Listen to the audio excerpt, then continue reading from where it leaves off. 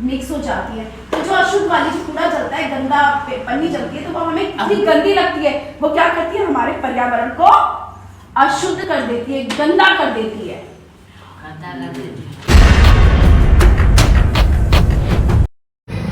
Hello नैना, हमारे त्योहार है ना, तो फूल डालेगी घर में, सबके घर में, मतलब मौसी के घर में। रोड पे नहीं जाते। इतनी इतरा रही है ना ये आज। नहीं, ये इसलिए तरारी पकड़ो उसको। नैना, आप सुंदर क्यों बने हो? आप सुंदर क्यों बने हो? आप दोबारा सिलेंडर इतने मंगाता है, पूछो मत। इतने सिलेंडर तो हमारे भी नहीं आते। रात को कितने सिलेंडर मंगाता है? उसके मजे कितने आ रहे डांस करने में। नैना, फुल दही, फुल दही।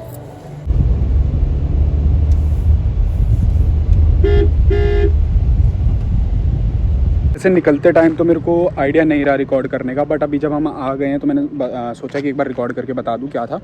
तो यहाँ अपन आए थे, मतलब आए हैं, ठीक है। अब यहाँ का सिस्टम क्या है वो सारा मैं अंदर जाके आराम से समझाता हूँ, पहले आप व्लॉग देख लो, ठीक है।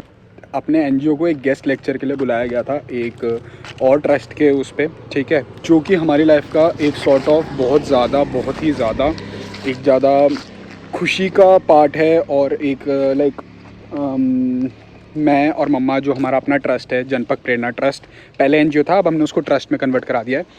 तो we are very much glad कि हम लोगों को यहाँ बुलाया गया। तो ये एक ट्रस्ट है जो कि आपके स्पेशल चाइल्ड के ऊपर काम करता है, ठीक है, उन लोगों के ऊपर। तो अंदर जाके बताते हैं कि उनका क्या सिस्टम हुआ है। आज जो था उनका पर्यावरण और स्वच्छता के ऊपर लेक्चर करना था और उनको समझाना था, बट इनका टैलेंट और वो सब अंदर जाके बताता हूँ। देखो मस्त।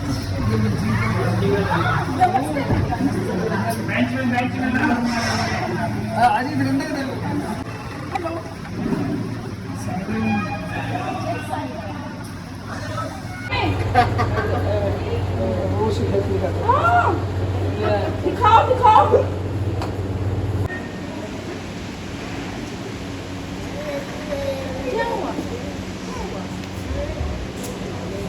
पहले तो मैं इंट्रोडक्शन दे दूँ आपको मैडम का। ये मिसेस सोनिया बेनीवाल है, ये फाउंडर है अपना जनपद प्रेरणा ट्रस्ट की हैं। तो ये भी बेसिकली इसी तरह के बच्चों के ऊपर सेवा कार्य जो करते हैं, स्लम एरिया के बच्चों को पढ़ाना लिखाना, राशन पानी खिलाना पिलाना, कपड़े देना, उनका 7-8 साल से कर रहे हैं। स्वच्छता के ऊपर पर्यावरण के ऊपर भी इनका पूरा है। तो अब आप मेरे को भी बहुत ज्यादा नहीं आता, मैं आपसे पूछूंगी और आप मुझे बताना। आपसे भी कुछ ना कुछ सीखने के लिए मिलेगा। हम आपस में एक दूसरे के बारे में जानने के लिए मिले हैं, ठीक है।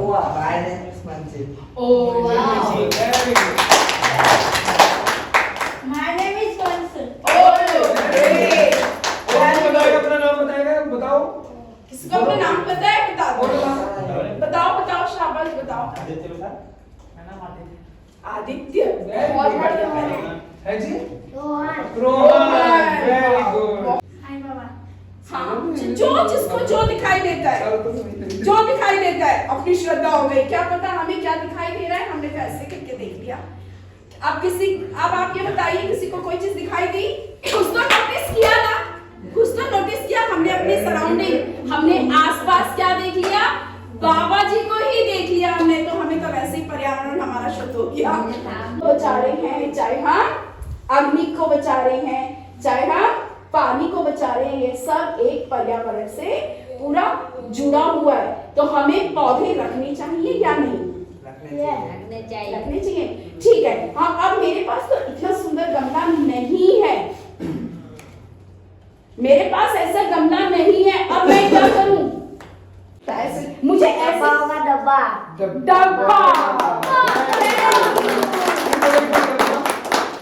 किस में लगा सकते हैं? डब्बा। अब आपने मुझे बचा लिया। अब मैं क्या करूंगी? अपने घर से पुराने डब्बे उठाऊंगी और उन डब्बों में डालूंगी आटा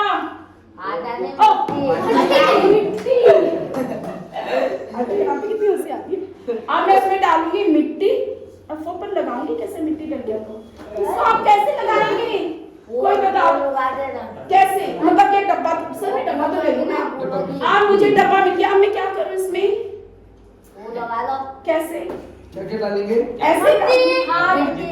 मिट्टी, अच्छा ठीक है, इसमें मिट्टी डाल दूँ और खाड़ा मिट्टी में खाड़ा करना, फिर खाड़ा करके फूल लगा देना, फूल रख देना उसके अंदर, फिर उग जाएगा अपना।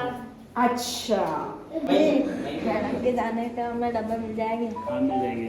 अब तो मैं तुरंत जाते ही डब्बों के लिए जान मत करना। तेरी गलियों से तेरी मैं कयामत होगी। वाह बहुत सुंदर। दिव्यांशु आप बताओ। Tinta tinta di tita haba banda batu ap abanda basoha lai de danda indata Johnny Johnny las papa iti soda no papa Danny nine no papa apana ha और अक्षर देख के ना, अक्षर देख के बता देगा क्या चीज है। स्टाफ का नाम लिख देगा सबका, मतलब हाँ आपको पढ़ा लिखा तो ना बचपन में तो यही पढ़ा है हमारे स्टाफ के साथ स्कूल जाते हैं। इसको ऐसे भी पता है ना जैसे आप पूरे स्टाफ का नाम बता देगा और ये पूछोगा ना क्या है बता देगा, ये क्या है, ये क्या है और ये क्या है, ये भी बता देगा। अब पूछिए आप इसे। ये क्या है बेटा?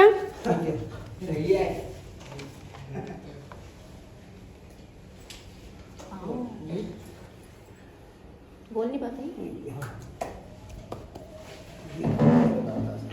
पनीर टुकड़े काट के डालते हैं। शांति शांति शांति।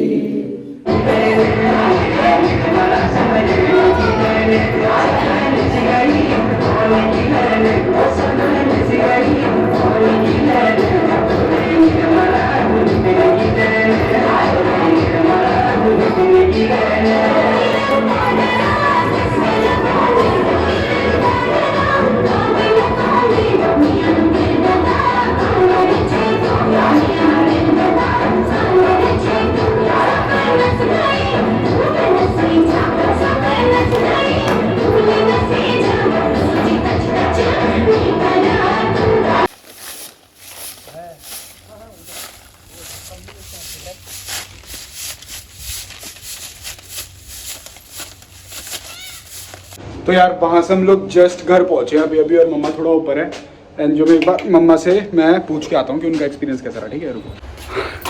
और ऊपर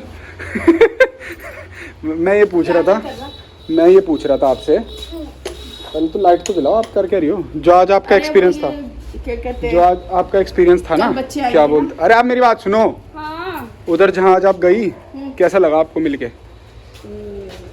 स्कूल में बहुत प्यारा। हाँ बैठ जाओ यार।